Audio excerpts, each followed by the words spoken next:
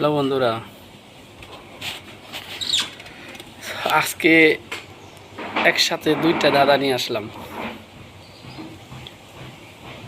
তো প্রথম দাদাটি হলো, আমি বলতেছি মানে দাদার উত্তর অবশ্যই দিয়ে দেবো, ঠিক আছে। দাদার উত্তর যদি না দিই অনেকে হয়তো বা মনে করে যে আমি হয়তো বা বোয়া দিতেছি ঠিক আছে।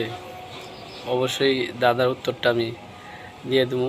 যারা জানা নাই হয়তো বা একটু জেনে রাখেন, কোনো না কোনোভাবে কাজে আসতে পারে। তো প্রথম ধারাটা হলো, সাধারণত মেয়েরা বিয়ের পর স্বামীর সামনে দেয় না, কিন্তু পরপুরুষের সামনে দেয়। দাদাটা একটু মজা আছে, ঠিক আছে। তো এটা কোনো খারাপ জিনিস না, এটা কিন্তু একটা ভালো জিনিস। অনেকে হয়তো বা খারাপ মনে করতে পারেন, যারা জানা নাই তারা হয়তো বা বলতে পারেন এই দাদাটা হয়তো বা উত্তরটা হয়তো বা খারাপ হতে পারে, কিন্তু এরা কিন্তু খারাপ জিনিস না। তো আবার একটু শুনি যে বিয়ের পর স্বামীর সামনে দেয় না, কিন্তু পরপুরুষের সামনে দেয়।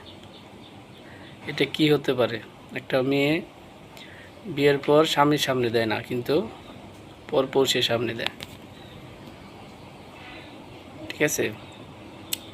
তো এটার উত্তর হলো ঘুমটা, যে মাথায় যে ঘুমটা দেয়।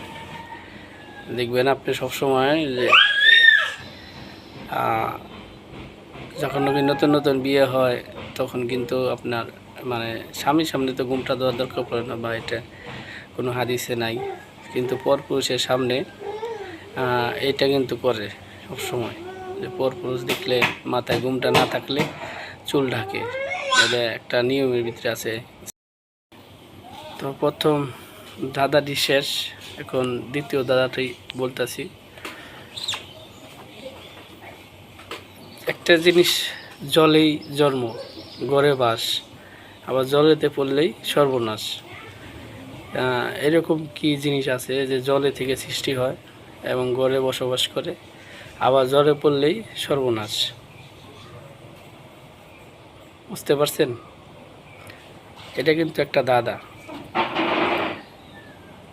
জলে থেকে যার সৃষ্টি, আবার গড়ে বসবাস করে, সবার ঘরেই বসবাস করে।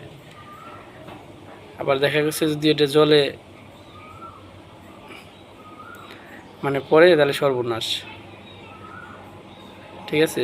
তো দাদাটা অনেক মজার, হয়তো বা অনেকেই জানেন, আর যারা জানেন না তাদের উদ্দেশ্যে বলতেছি। অবশ্যই শেষে আমি উত্তরটা দিয়ে দেবো, যদি আপনার সময় থাকে বা জানার ইচ্ছা থাকে। অবশ্যই ভিডিওটা শেষ পর্যন্ত দেখবেন, উত্তরটা পেয়ে যাবেন ইনশাল্লাহ। তো উত্তরটা হলো লবণ। এটা একদম 100%, কিন্তু লবণটা তো জলে থেকেই সৃষ্টি হয়, আবার সবার ঘরেই বসবাস করে।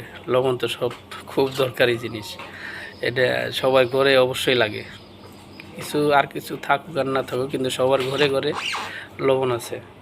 তো এই লবণ আবার পানিতে ফেলেন, দেখেন পানিতে ফেললে কিন্তু একদম সর্বনাশ, কারণ এই লবণ আর কোনো কাজে আসবে না, ওইটা গইলে আবার পানি হয়ে যাব। কারণ লবণ সৃষ্টি পানি থেকে, পানি থেকে যেহেতু সৃষ্টি, এটা পানিতে পড়লে তো অবশ্যই আবার পানি হয়ে যাবে, ঠিক আছে। তো উত্তরটা হলো লবণ, ঠিক আছে। ধন্যবাদ।